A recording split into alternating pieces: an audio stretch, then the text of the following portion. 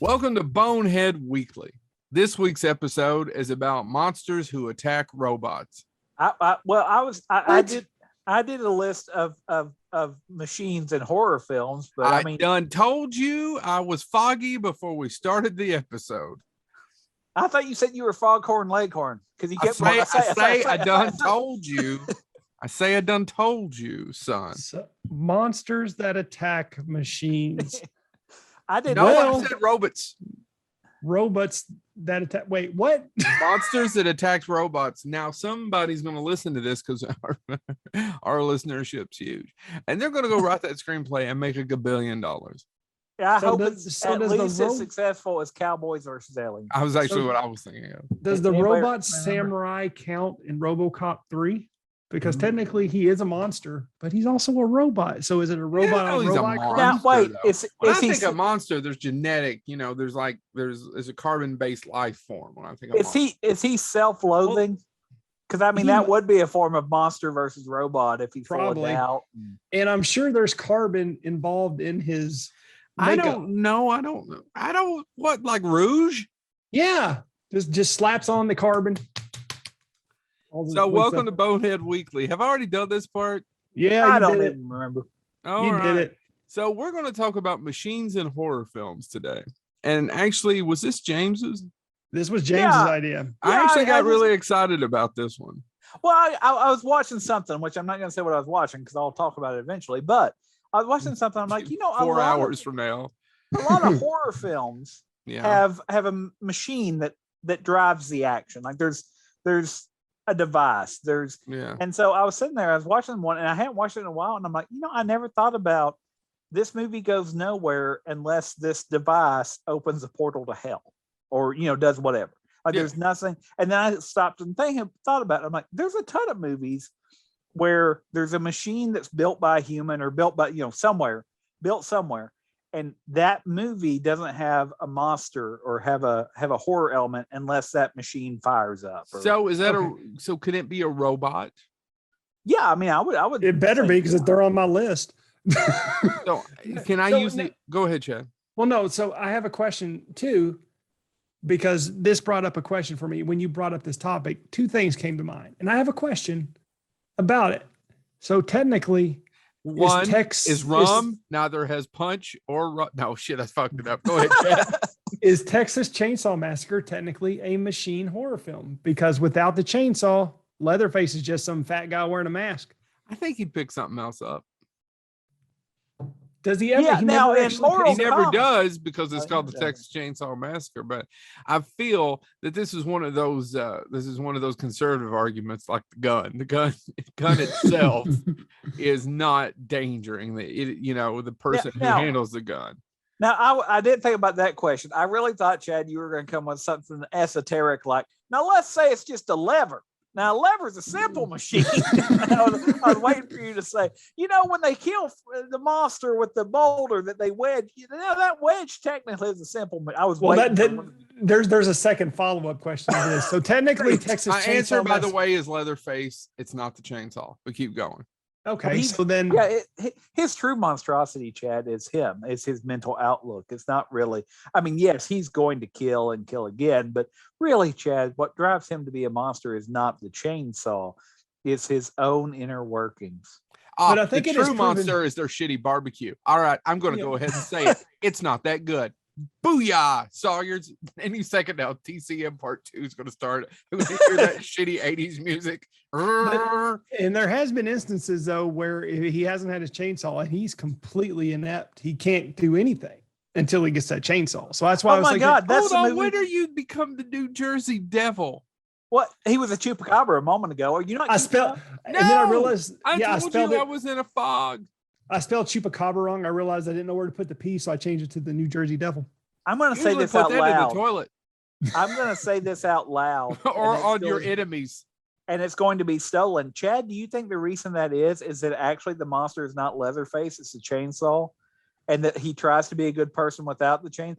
We need to write that movie. It's a cursed chainsaw.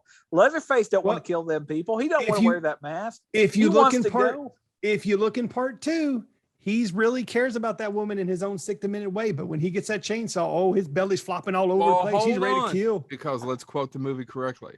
Sex. Who knows what the hell sex is? But the saw is family.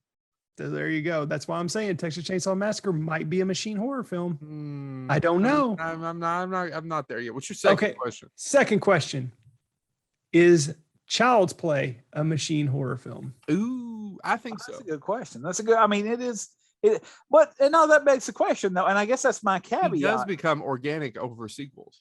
Well, and the flip side of that though is, in my mind, and again, this is open to interpretation. That's why we do the show and we don't tell each other what we're going to talk about. In my mind, again, my thought was the machine leads to horror.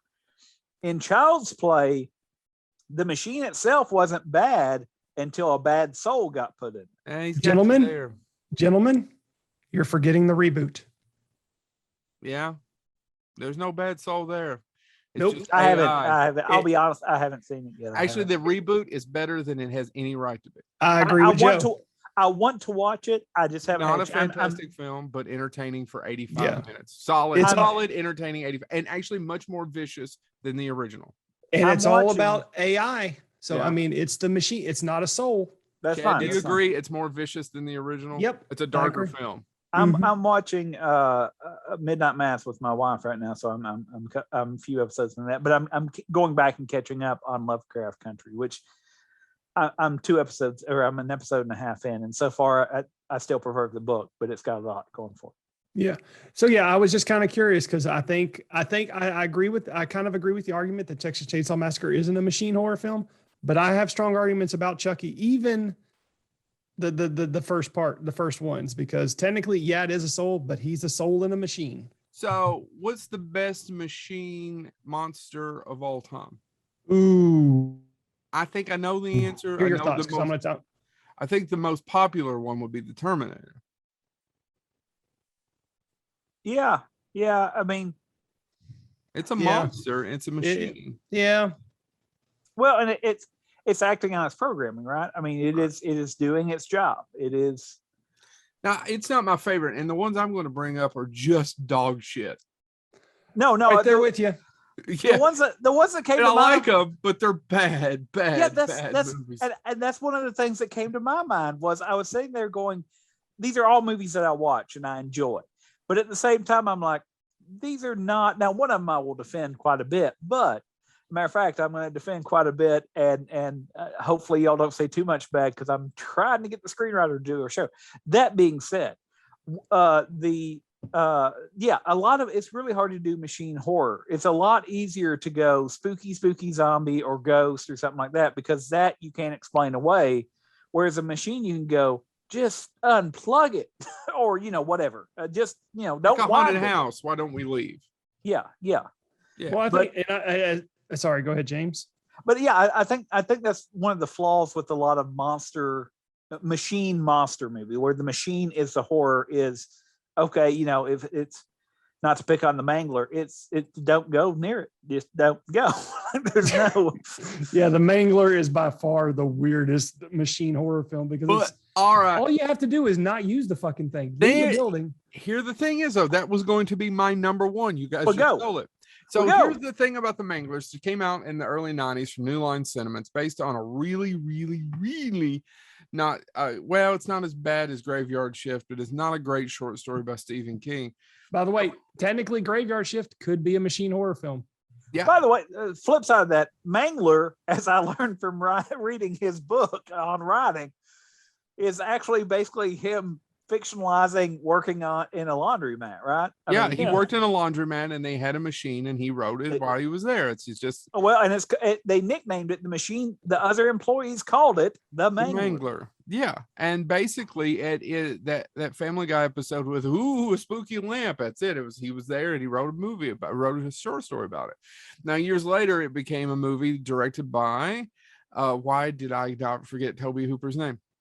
Directed by Toby Hooper and Robert Englund. I remember the trailer almost vividly to this day. It's got a great trailer. It does. Masters of Horror are bringing you the ultimate terror. Blah blah blah. Robert Englund, Toby Hooper, and Stephen King. Now the issue is it's a 10 to 15 page story. And actually, it's probably longer than that. I think that's a night shift. Chad, do you know off the top of your head what that came out in? I don't off the top of my head, man. I'm sorry. So I told you all that to say that it's not a good movie. Robert Englund has some great scene chewing scenes that make no sense. Yeah, no. The next no sense. It stars one of the best character actors of all time. I forgot Buffalo Ted Bill. Levine. Ted Levine, who is incredibly miscast as the lead. Yeah, it is not. Agreed, shift, everybody. Yeah, it's not shift, by the way. And it's not shift. Okay, everybody agree with that. He's incredibly miscast. He's a great character actor, but he should never have been the lead of the Mangler. Especially no, he should not be. You can't even hear. You can't even make out some of his dialogue. No, which works on other things, but it doesn't really work. If he's on a CB talking about candy cane and Joyride, he is horrifying. He should not be the lead detective in this. So basically, the Mangler feeds on blood. Somehow it gets virgin blood on it and comes alive. And then at the end of it, it gets he's eating these things which have something like belladonna or something in it. And it's a spirit thing. It's hard to explain. Somebody help me out. It's hard to, dude. I can't even explain it myself. You just have to watch it for the insanity of it. So, long story short, I'm going to tell a story that was told to me by Jim Cummings. That's right, the voice of Darkwing Duck.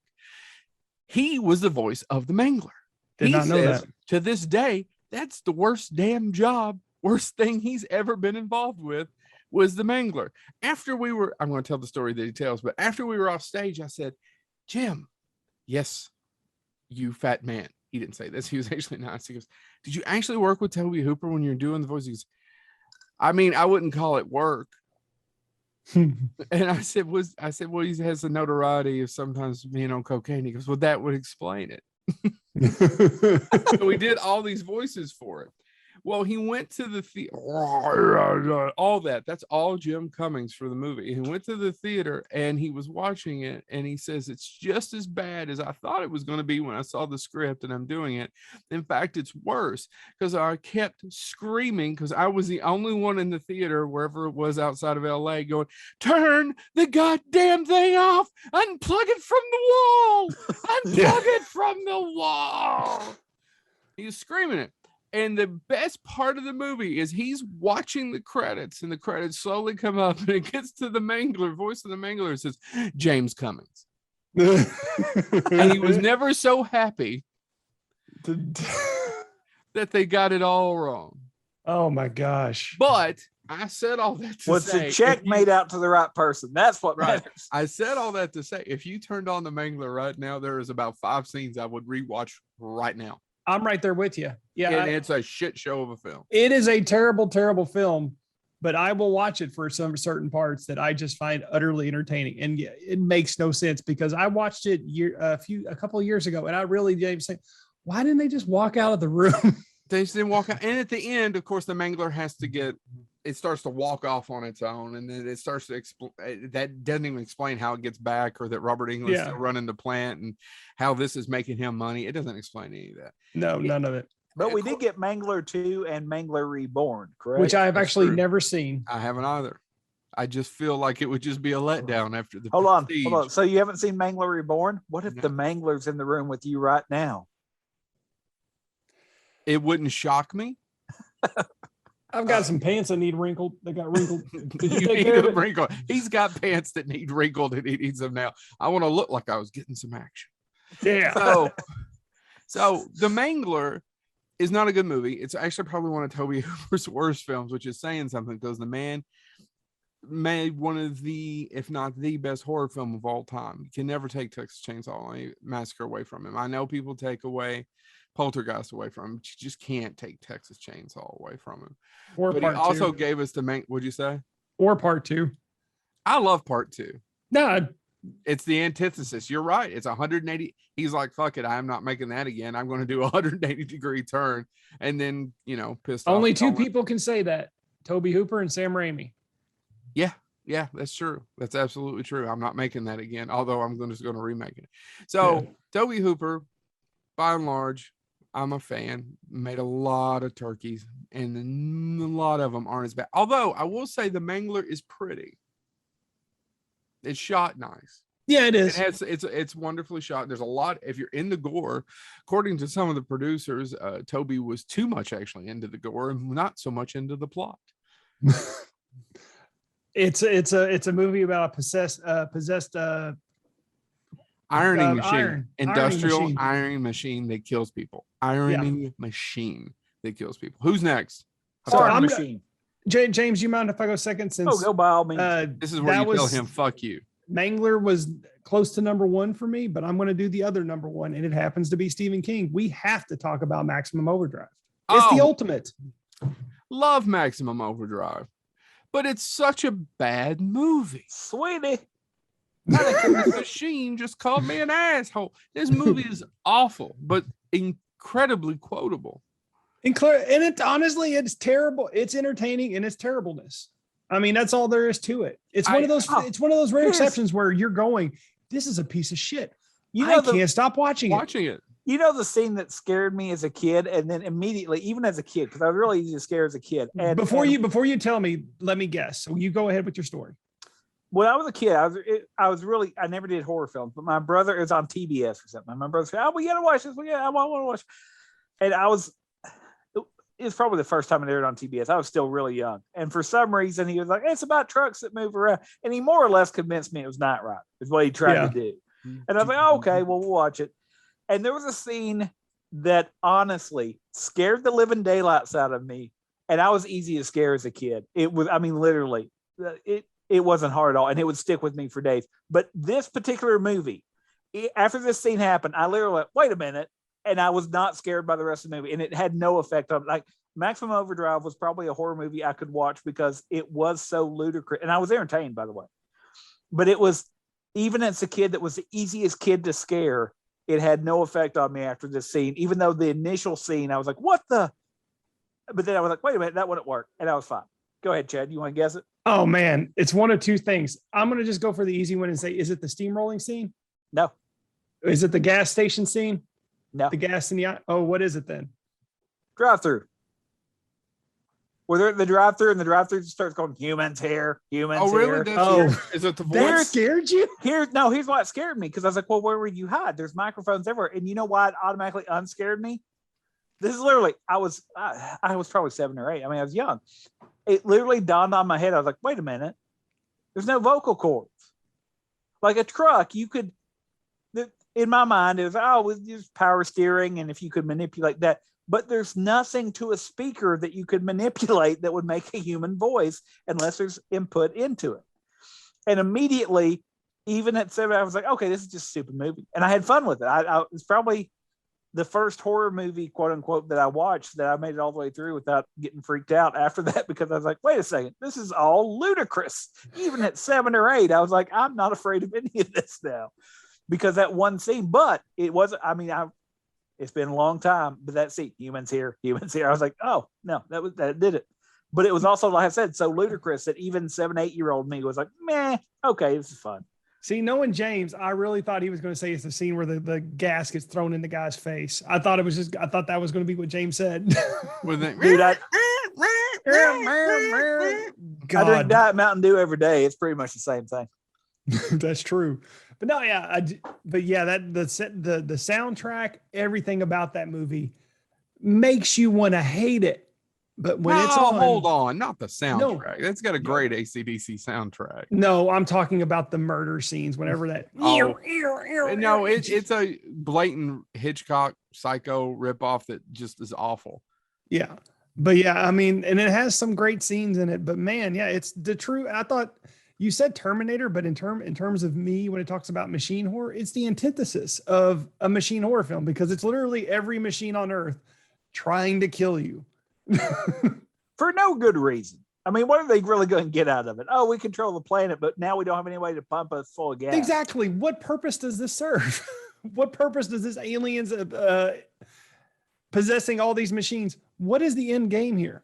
And there's not. Well, and it's got a great cast. Several of them. Yeardley Smith would go on to voice Lisa Simpson for Emilio Estevez. You left out Herman's Head, sir. Oh, I'm sorry. And it also has Pat, oh geez, I can't think of his name. He's great character actor, Pat Healy, who was in a ton of Clint Eastwood films. He's just a great Commissioner Gordon from the Tim Burton Batman films. Just a fantastic character actor. And probably the best Estevez, to use the name Estevez. Sorry, Joe.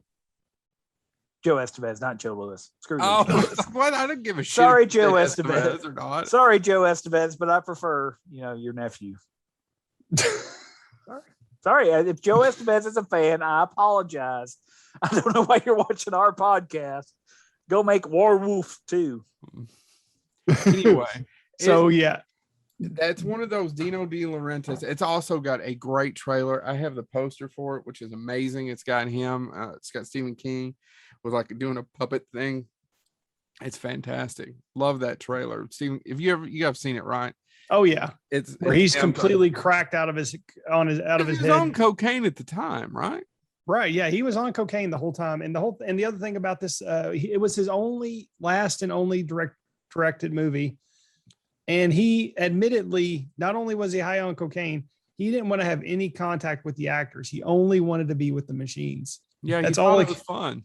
Yeah, it was just a kid in a candy store moment for Stephen King.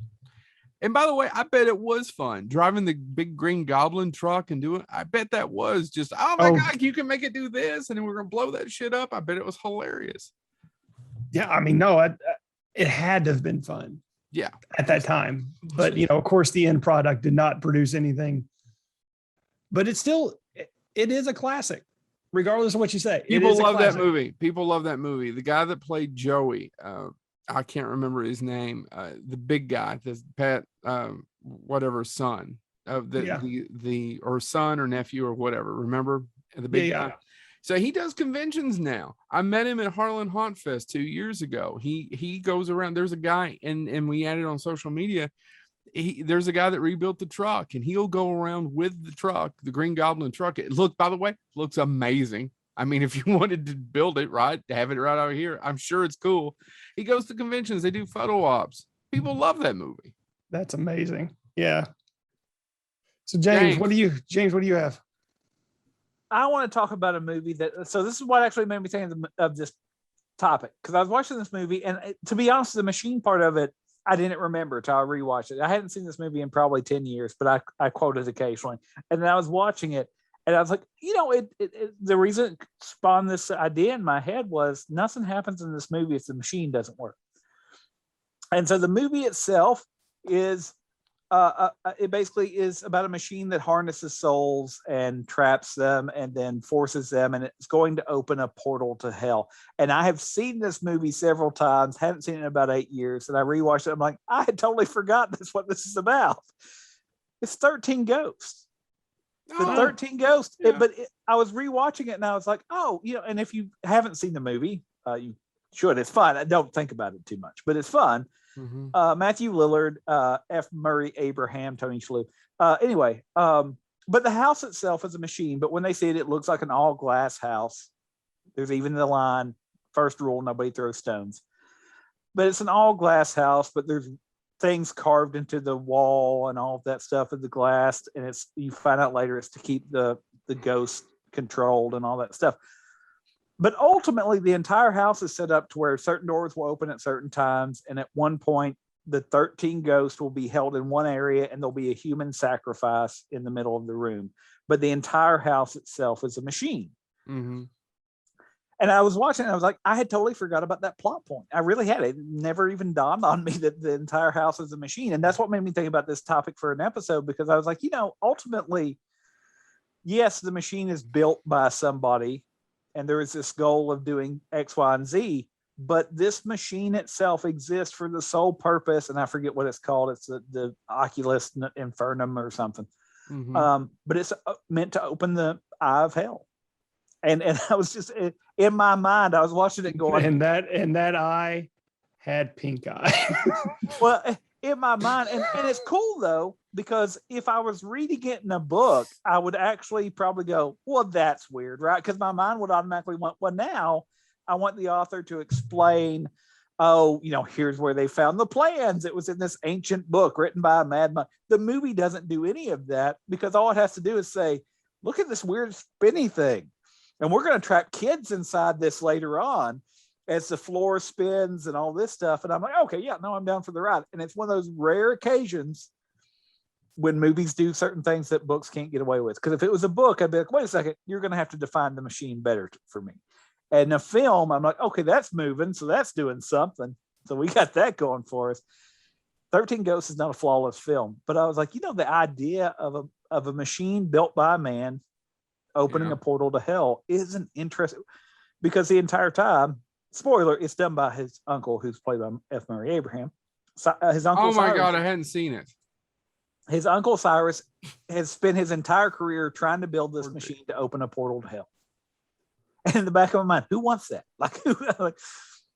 Wouldn't that be somewhere if somebody handed you the plan going, here's a blueprint, build this machine, open a portal to hell? Why don't you just go, yeah, no, I'll burn this. We don't need this. What is this for? But I said in a movie, I was like, well, that's interesting. I'll give them credit. So yeah, if you haven't seen it though, because it never dawned on me, that's a machine horror film. If the house doesn't work, that's not a movie. It's, oh, look, we inherited this weird house. Let's sell it for parts. Who's up next? You are. I am? Yes. You went first. I'm so sorry. I was actually looking for something else and forgot to pull up my next one.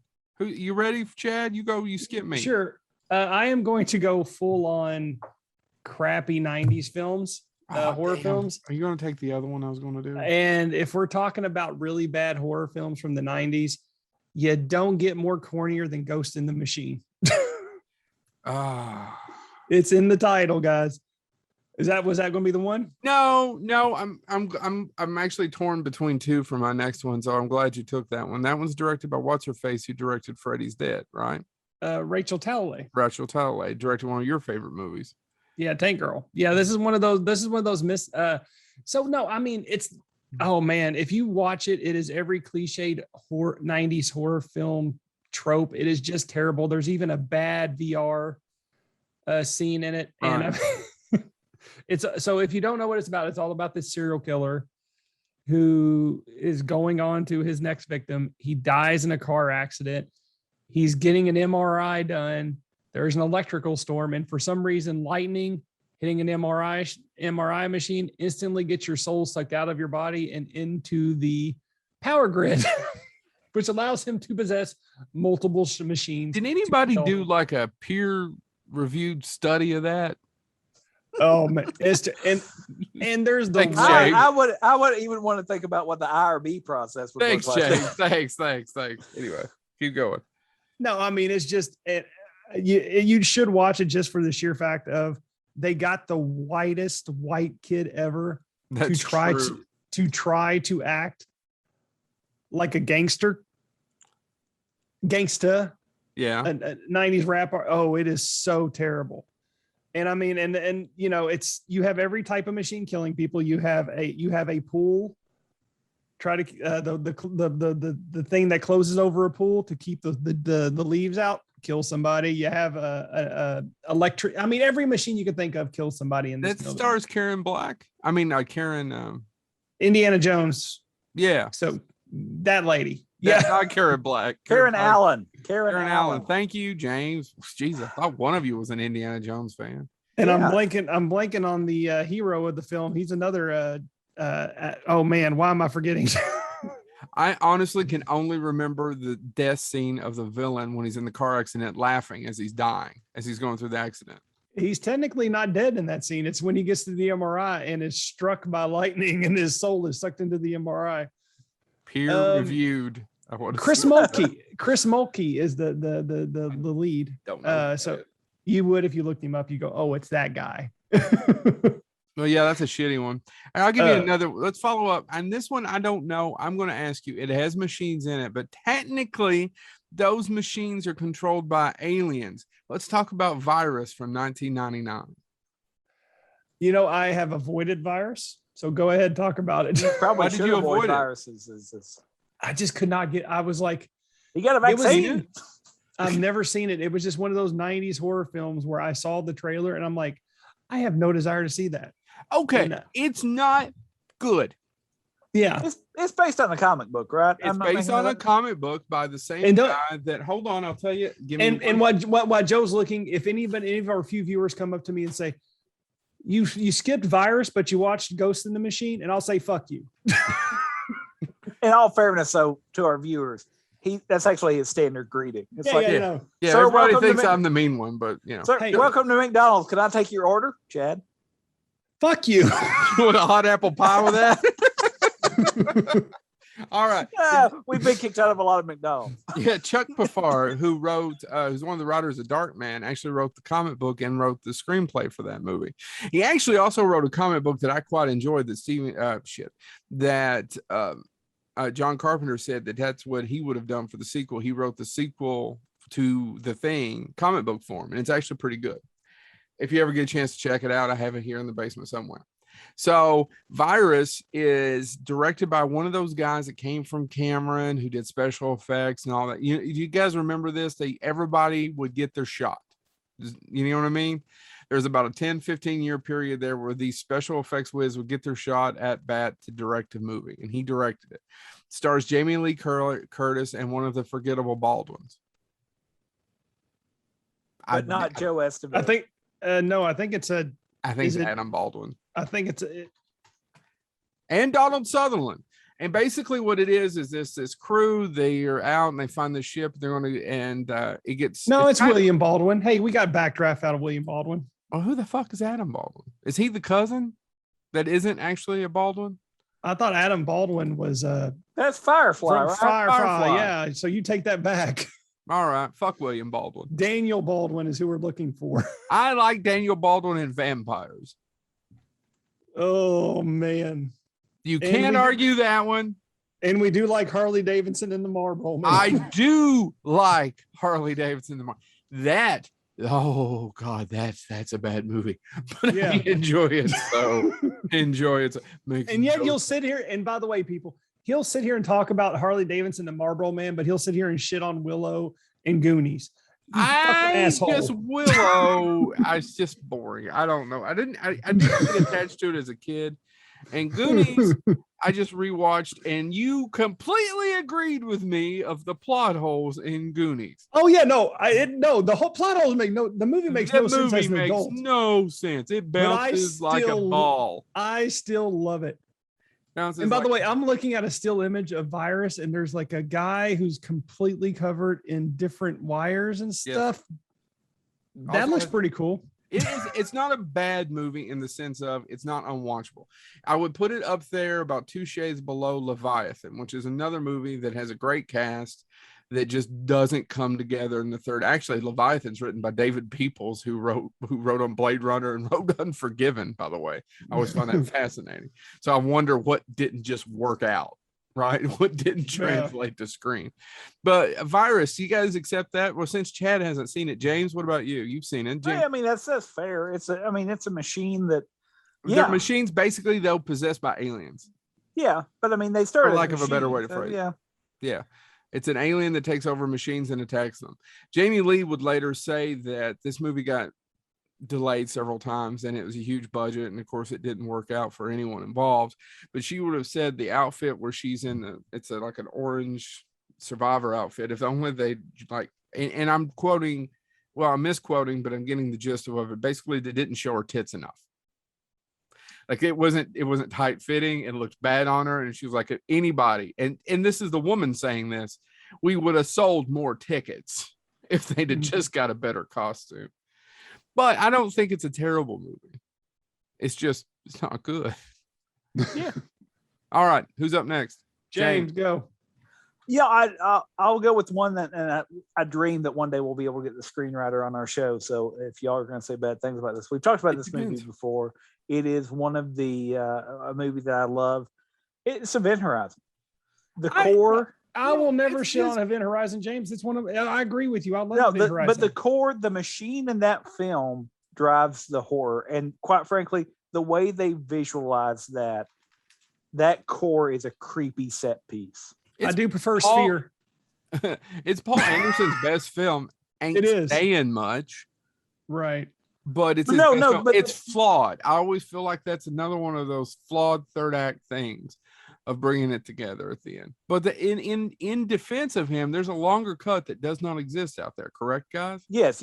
And there was scenes filmed that never, and I've heard Anderson say that even if they found them now, that to upgrade them to it, because they've already upgraded to 4K or whatever, he said, nobody's going to pay to up, even if we find the film. They can't find it. There's about 20 or 30 minutes cut out of that movie. Well, but even just the torture scene. So if you've not seen Event Horizon, which you should see, it's one of my favorite films. But there's a scene in it where they get raw data and it's splotchy. By the way, it's Brett Spotter going, "I'll fuck you up." Actually, I'd watch that movie. Raw data. Did you like Raw Deal? But it is so anyway, the movie itself is, and this has been used in other films since then. It's that the shortest distance is a straight line, and then and there's another film, and I'm forgetting which one, but it was a really popular film that did the exact same scene with somebody then going, no, the shortest distance is nothing. And then they do it with the same thing. I forget what film did that, where I was like, well, you just stole from Event Horizon. But basically the core of this ship, it's meant to help people travel faster. You can think for a Star Trek parallel, it's warp speed, but what it actually does, instead of moving the ship, the theory is that it holds the ship in a confined, in confinement, so to speak, and it moves the universe around it. Well, spoiler alert, the core screws up, or maybe the core does exactly what the core is supposed to do, but it stops off, it makes a little pit stop at a dimension that's hell. And it picks up some stuff. Mm-hmm. It stops in New Jersey, and then it stops near Hazard. You've been in New Jersey? I've been to the airport. I have been to New Jersey. I've stayed in New Jersey. I stayed in a nice place called the Budget Motel of New Jersey. It was the year my friends was about 2002. Oh my God, I've heard this story. And the headboard had shag carpet on it. And I will never, ever, I don't think I've washed myself more in my life than when I got out of that place. Anyway, but yeah, so the core, it works. It does. I mean, it travels, but they lose contact with it for a number of years. And so they send Dr. Weir, who's played by Sam Neill and played really well by Sam Neill, and a recovery team to it, including Lawrence Fishburne, and things, as you might imagine, do not go well. I think that's still a bit of a stretch. What do you mean? As far as it being a machine movie. I mean, the machine kind of opens up the demons and lets it out. But if the machine doesn't work, the movie doesn't happen. But the machine was also created by Dr. Weir, and he's the one who operates the machine. That's true, but Weir isn't bad until he goes bad. Yeah, you know what I mean? Like he is a scientist. Now he has some baggage. Yeah, I didn't say he's a sympathetic. Well, he's not really a villain in the movie. He's just, built. And the question becomes, is that even Dr. Weir by the end? What were you going to say, Chubb? No, I agree with James that it is a machine. I do agree with James. It is a machine movie because without the machine, there is no plot. It's all about this machine that can open up a plot to hell, a hole to hell, whatever you want to call it. Well, so, okay. Yeah, where we're going, you don't need eyes. So I'll piggyback on it because my next one, I don't know is either, because I have an argument about it, and mine is another just tour de force. This movie came out in 1984, was written by someone who, and then directed by him too, who had one hit after another and continued having hits with his novels. You're right. I'm talking about Tom Selleck's Runaway. You mother... That was my next one. That was your next one? That was my next one. All right, well, jump in with me on this one. Gene Simmons, for the most part, runs the Runaways. Yeah. Right? Yeah, he's the one Gene that created Simmons them. is a villain. So I love this kid as a movie. I mean, I love this movie as a kid. I love this kid as a movie. I mean, he's just got it all. But I love this movie as a kid. I haven't watched it recently. I've tended to avoid it. You probably should, because I've tried to rewatch. I like Tom Selleck, by the way. I think I do too. Never really got the credit he was due. He's a great television star, and I think he's just a role or two away from being a film star. But back to Runaway, but they're run by Gene Simmons. But it takes place in the future where he is a runaway cop. Where runaways are machines. Once again, this was written and directed by Michael Crichton, and he would revisit theme parks and machines and technology going awry many times, Chad, to many dollar bucks, to quote the Bluey show. Yeah, I mean, no fairness. Look at his catalog of novels. So Westworld and Jurassic Park are the same plot. Terminal Man. I mean, you could. I could list. I have. I'm actually watching Terminal Man with George Siegel over here. I've found it on Turtle Classic Movies. I've never seen it. Hold on, it's on. Oh man, I've never seen it. I've always wanted to see it because I'm a big fan of the novel. So it's pretty boring. I'm kind of curious now to watch the movie. I mean, to read the book, because I loved it in high school. Yeah, he kills every hour or two or whatever it is, and they did. Anyway, so he revisits this. And Michael Crichton also gave us ER. Michael Crichton's a great writer. I'm not taking anything away from it. It works. It great works train robbery. Yeah, it just works really well. All these stories. I mean, who can take anything away from Westworld or Jurassic Park? But he's a cop who chases down runaway robots, right, Chad? Yeah, they're these robots who essentially are there to help human beings. And every now and this is his sole job in the police force, is essentially some of these machines sometimes go astray, and he has to go in to take them out. Now, some people would say, "Oh, like Blade Runner," but let me take it one step further. So you're telling me they ripped off the Bruce Willis film Surrogates? I've never seen Surrogates. Except I wanted to be one of 3 people that can reference Surrogates, and I have done so. Bruce Willis is not one of them. Now I can fade into the mist.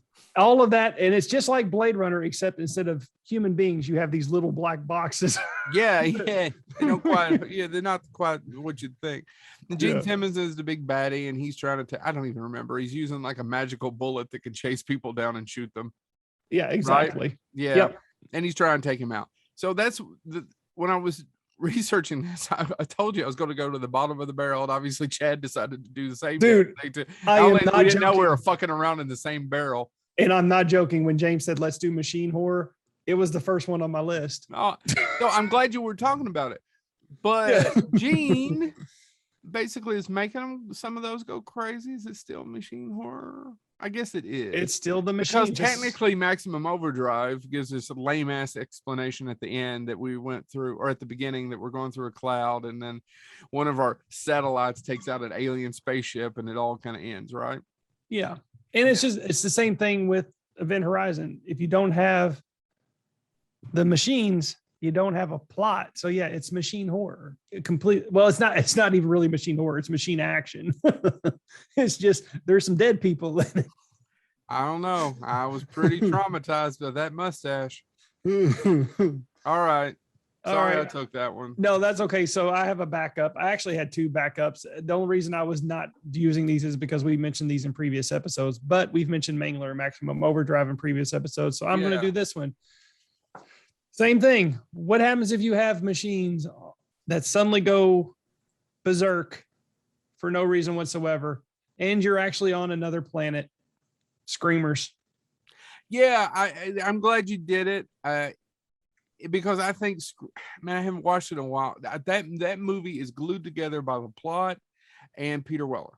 Yeah, I actually I saw it a few years ago. I still love this film. It's one of those ones that just kind of came and went. It didn't get a lot of press, and again, it was in that whole. It fell into that whole genre of 90s horror films that they were just, we had Scream, let's throw everything, and then it was just.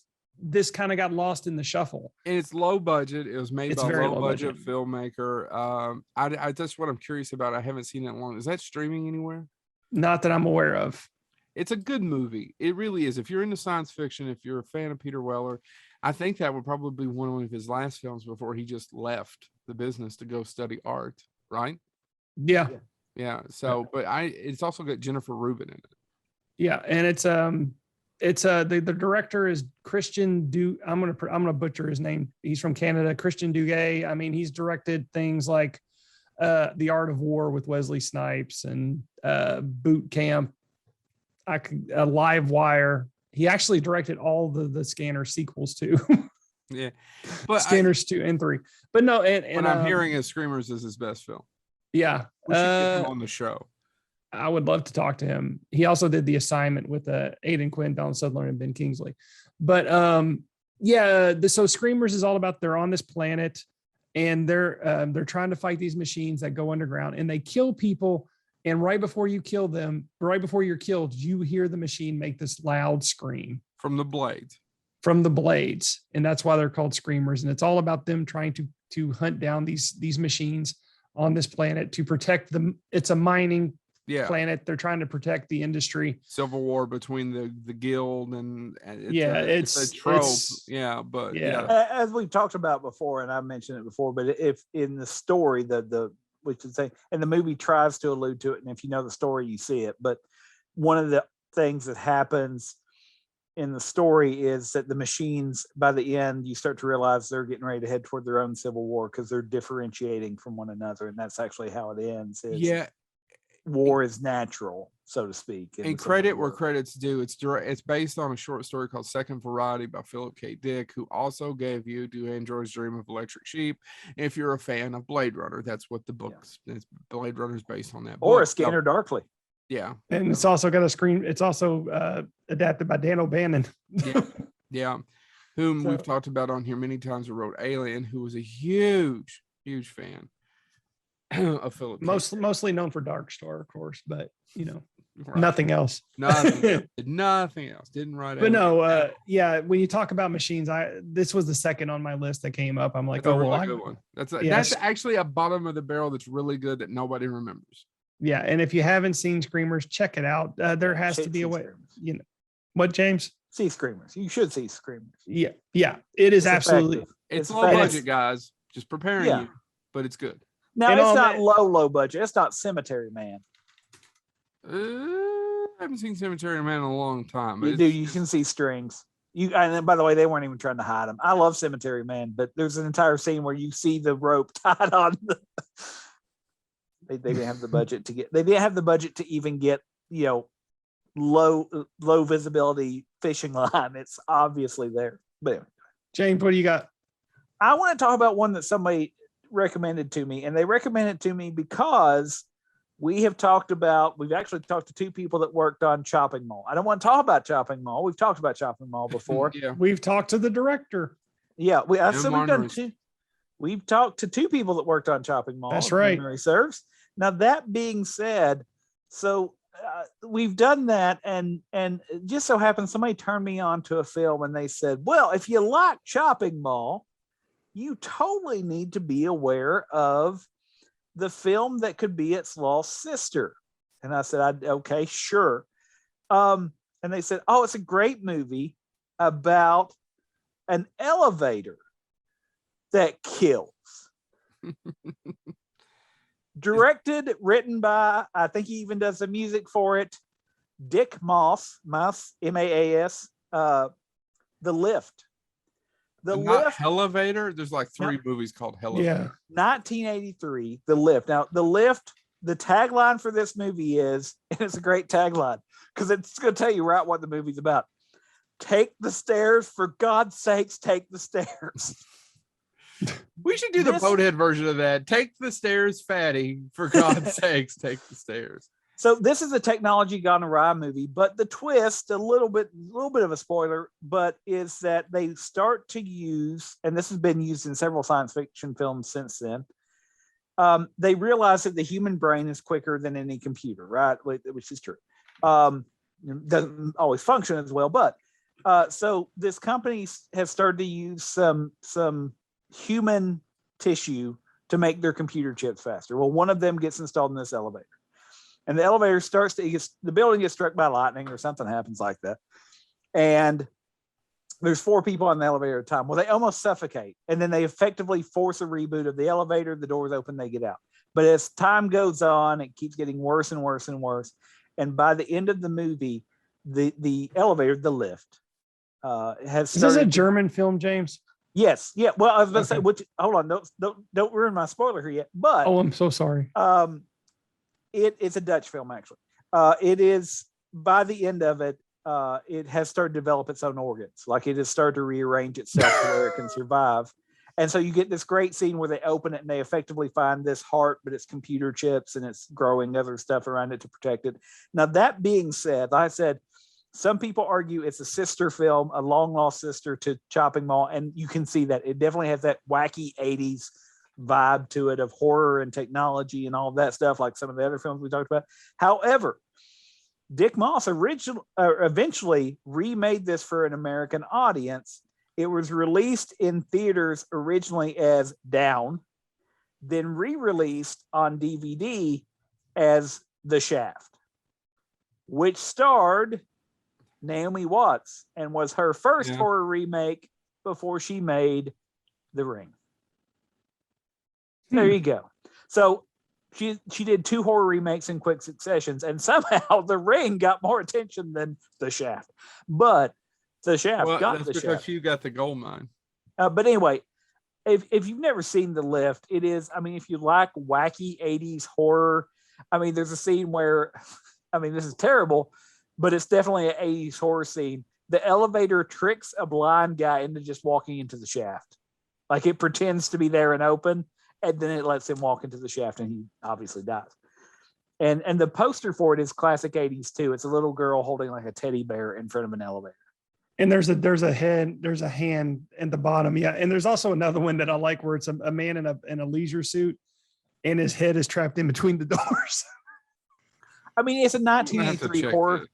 It's a 1983 horror film made in that was Dutch, made for, I mean, it's in English. You can check it out, but and remade again for American audiences by the same director. But honestly, it's technology gone awry, and of course, who's ultimately at fault?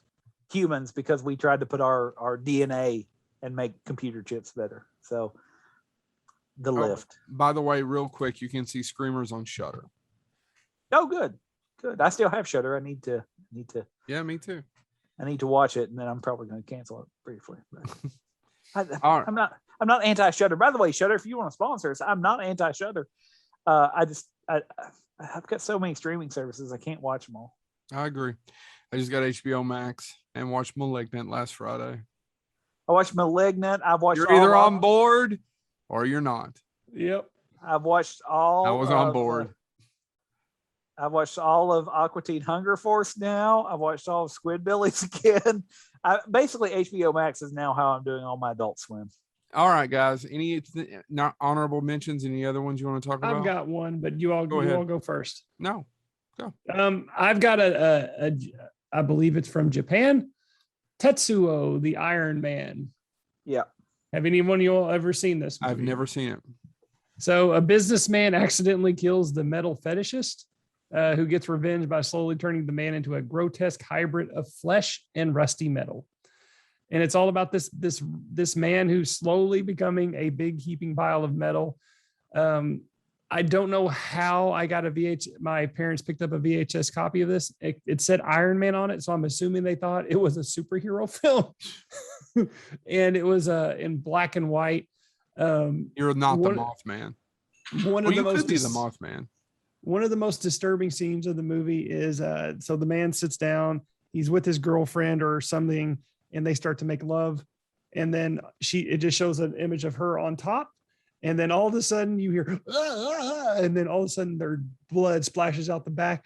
His wang has turned into a giant drill. That's and awful. cut all the way through her. Speaking of giant wangs, can you do that voice again? Because it doesn't sound like it's a giant wang penetrating you. It sounds like you're a cartoon character. Golly, that was funny. Yeah. It's just funny. So if we're talking about machine horror, you got to talk about the Iron Man. And if you haven't seen it, please check out Tetsuo the Iron Man. It is bizarre. My honorable mention is 1990s Hardware, directed by Richard Stanley. I'd watched most of it as a kid, and then I watched it a few years ago. I actually prefer it as an adult more than I did then. Yeah.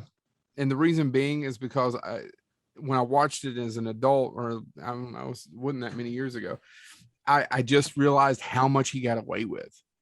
Yeah, that was one of those, the Hardware is one of those funny stories that I have as a child of my mom watched that movie and banned me from seeing it. I guess because there was a masturbation scene in it. There's a masturbation scene. There's a big fat guy who's watching the lady from across the way. Yeah. Yeah. So she stopped me from watching that, and then immediately gave me Predator 2. Well, that one's okay. I love Predator 2. It has limits. But it opens up with a bunch of naked people being hanged upside down and guns. I know, but I love Predator 2. But a fat man masturbating. No. Oh, she just didn't want you to go down that road. Fat or masturbation, either one. But anyway, it's got Lemmy from Motorhead, Iggy Pop. It stars actually Dylan McDermott. And Richard Stanley actually got slightly famous from this film. He went on to do a movie called Dust Devil, which did okay. And then that's how he landed the island of Dr. Moreau. And then it's when it all went to hell from there. But I've always appreciated how much he got away with for basically having a robot in a room. If that makes sense to you, gentlemen, for the low budget. And it looks really good. It looks different. It's a different kind of feel. I don't know that I can highly recommend you go watch it, though. James. All right, I've got 3 that I need to mention quickly. One just because of Chad. Chad, you mentioned Tetsuo, which a lot of people do know. I mean, I've actually seen this. But have you ever heard of, and let me make sure I get this title right, Battle Heater? No. Battle Heater was inspired and probably got made because of the success of Tetsuo. It's a horror film about a heater, a cheap heater. You cover your legs and you turn on your heater. Well, the heater comes alive and attacks your legs. Battle Heater. If you can find a trailer, watch it. It's a lot of fun. The other 2 I'm going to mention really briefly, despite your groans. Amityville has 2 horror films that involve machines. One is a lamp and one's a clock. I was going to bring it up, but I passed. I believe that's 4 and 6, if memory serves. And honestly, going back to Joe's allusion to the Family Guy, it's a haunted lamp, the Stephen King thing. Amityville made so many movies that part 4 is the lamp. Yeah. And then they took a break for part 5 from having it be a machine. And part 6, we honestly get the haunted clock, which is why you don't buy machines. Is that the one that was made for TV? I believe so. Tony Randall. Yeah. Tony Randall directed made for TV, and I think that's actually it. It was Tony Randall and who directed Hellraiser 2. It's a director. It's Amityville. It's About Time. You may be right. That may be not a good movie. There's time travel in it. There's possession. There's it's all everything. Haunted Claw. What would be so closing question then to both of you? What would be the stupidest haunted machine you could think of? We've seen cars, we've seen clocks, we've seen lamps. What would be one that just be like, no, that's not. I mean, a microwave could be creepy, but the haunted electric pencil sharpener. Oh, that could do damage. I was thinking like a microphone simply because it's in front of me. What could a microphone do to you? I mean, it could electrocute you. Yeah, I'm not touching it. It could persuade you.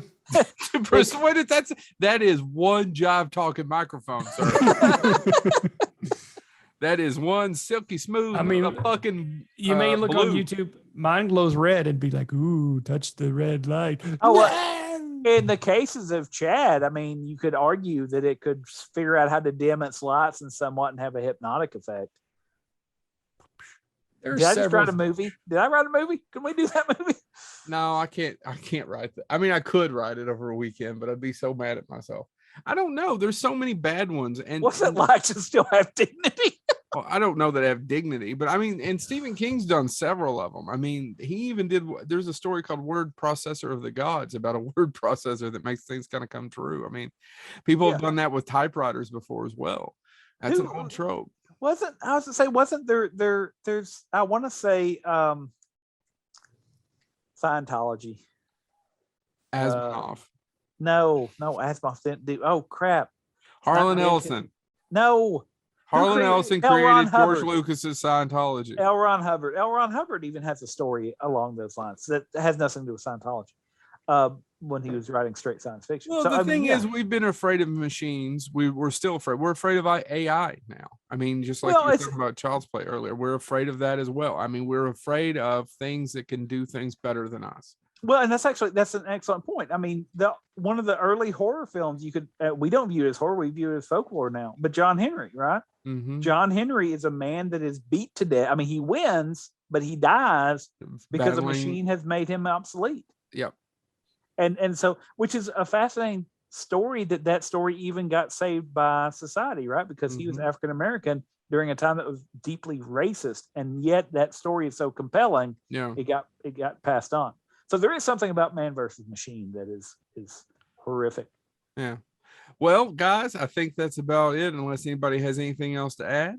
If you want to check out a literary version of it, check out Of Apes in Essence by who wrote Aldous Huxley.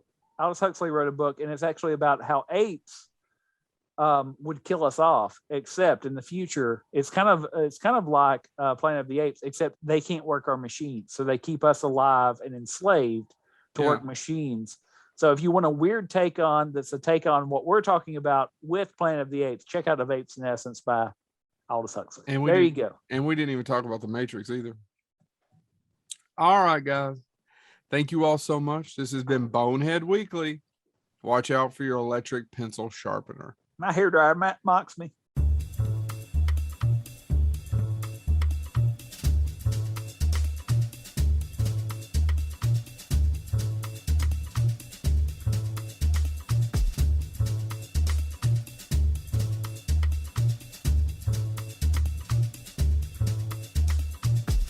Uh-huh.